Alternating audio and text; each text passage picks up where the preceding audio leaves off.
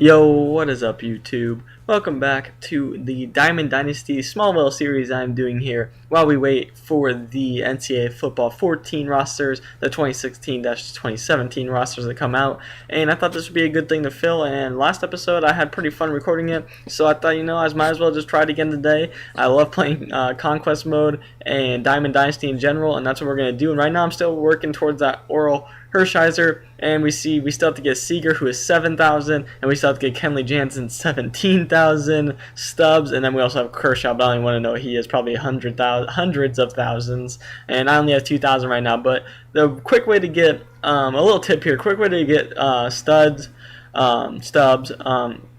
is to play Conquest mode, and that's because every time you conquer a team you get 250 Stubbs, and that can work your way really quick. You'll see at the end of this video I start taking out some of these territories. I believe today's video I try to go after the Blue Jays, the San Francisco Giants, and the Reds. I know you guys will have to find out if I actually get them all or not, but I do have to try to play all those teams today, and you'll see if I get all those Stubbs, which right there is 750 Stubbs, plus just playing the games obviously is going to help you get more players out there every single game, and that's what we look for. You see the first two teams, the Blue Jays and the Giants, just were Hall of Fame difficulty, and I'm not ready to play on Hall of Fame. I'm not that good at this game to play on Hall of Fame. I need to play an All-Star. Even that is a little bit tough for me to win every single game I play. Enough to see if I even am successful on All-Star, but I thought I'd give it a try. Here you go. See, I'm 61-26. That's both Conquest and 9 inning games plus Battle Royale. So that's not actually a bad record, at least I think, because obviously I'm not that good at this game. But you see, the computer defense is very good, and on the first out of the game, they get my man at first base, Polanco. But then Bogarts comes up to bat,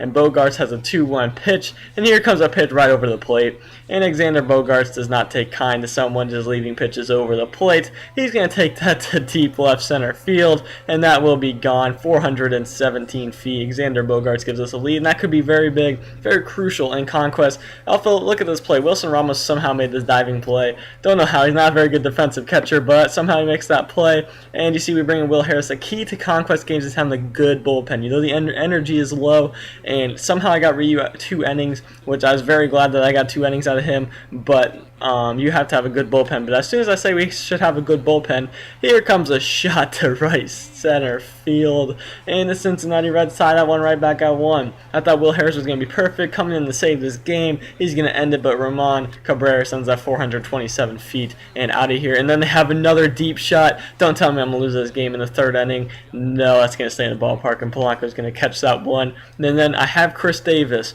I have Chris Davis for one reason only. He hits bombs. Chris Davis to right field, a line drive shot on a 2-2 count. That one is out of here, 378 feet.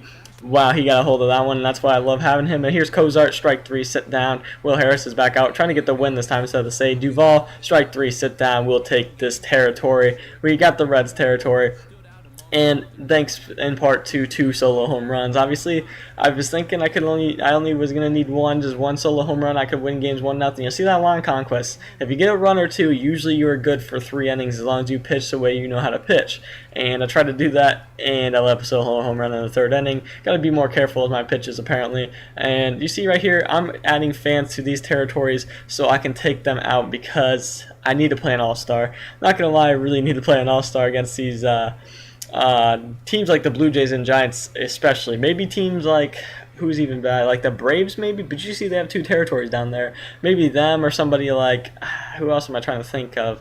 I'm not really too sure, but those are teams that you may be able to play Hall of Fame, but even then it's pretty hard because most teams have a good starter that you might face off against, and then if you're facing a good starter and you don't score and they squeeze one run by, that's all that it takes. But we have a runner on second here, 2 down. I decided to go after the Giants here first because I'm a Dodgers fan. They are kind of a rival, so I'm going to take them out. Runner on second with 2 down. Here's Odor. He's going to line that one right back up the middle, and we're going to send Christian Yelich home, and he will be there just in time actually. I thought that was going to be pretty easy, but a good throw from center field. But we do get the run. Here on the top of the 3rd, just looking for insurance. Trying Wilson Ramos is going to hit that one deep to right field. That's going to be at the landing zone, but it's going to be off the wall. Wilson Ramos gets a double though, and here's where it is key. When you have your 8-hitter hitting doubles like that, you got to have a pinch hitter to go in for your pitcher. And here I have Adrian Gonzalez, who is up to bat, and he hits well against the Giants. He hits that one into the gap. His whole entire 8 speed is really helping there. He does get an RBI double. The people I do have on the bench are Kyle Seager, who you'll see later later, Corey Seager's brother, Adrian Gonzalez, Hanley Ramirez, who is on a boost right now because he's playing exceptionally well.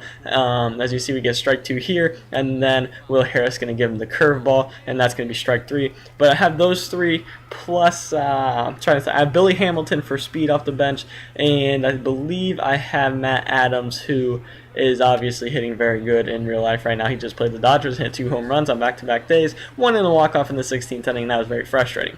But see here, I go against the Toronto Blue Jays, and this is a team that's scared to play because they can hit the ball, and 1 or 2 runs on like a solo homer or a 2-run shot can really just put this game out of reach. But they don't even need that because there's an RBI double that just kept rolling off of a steal, and they have 1 run already. But it's not even over from there. We're going to make Encarnacion miss that one, but he's not going to be fooled twice.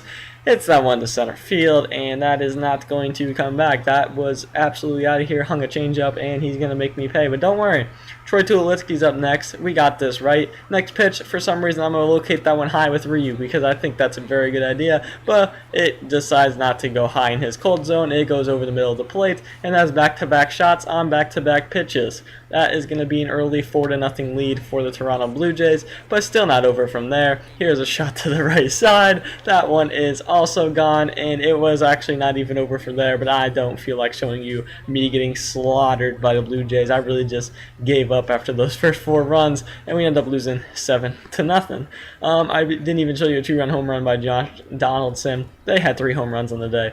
Frustrating game, but the good thing about that is you can go right back into it. You only lose 1 fan for that, and you can go right back into it. That's why you don't quit out of games. Do not quit out of games. You'll be done with your attack and everything, and people are going to attack you, and you're really going to lose a lot of fans for that. So do not do that. Just play the game. You can just even like swing or not. You can just push your controller down even and just wait for the game to get over and just replay again. That's what I'm doing now. Get a double play there. We go to the top of the 2nd inning. Chris Davis is always a threat when he's up to bat, but this time he's going to have a ball 4. It's going to set up Christian Yelich with a 1-2 pitch, and Christian Yelich actually does a job for us here. He's a very good hitter, and he hits right after Chris Davis, which is big for us, and I love having him in that hole. Enough of Christian Yelich, though. Justin Turner's going to have an odd play there. He bunts. I just wanted to move the runners, but they just have a collapse, and then Odor is going to ground into a double play, but he does get an RBI for that, which maybe isn't enough 1 run against the Toronto Blue Jays. And here's Troy Tulowitzki trying to prove that's not enough, and that's a deep fly ball to left field that just hung in the air and just kept carrying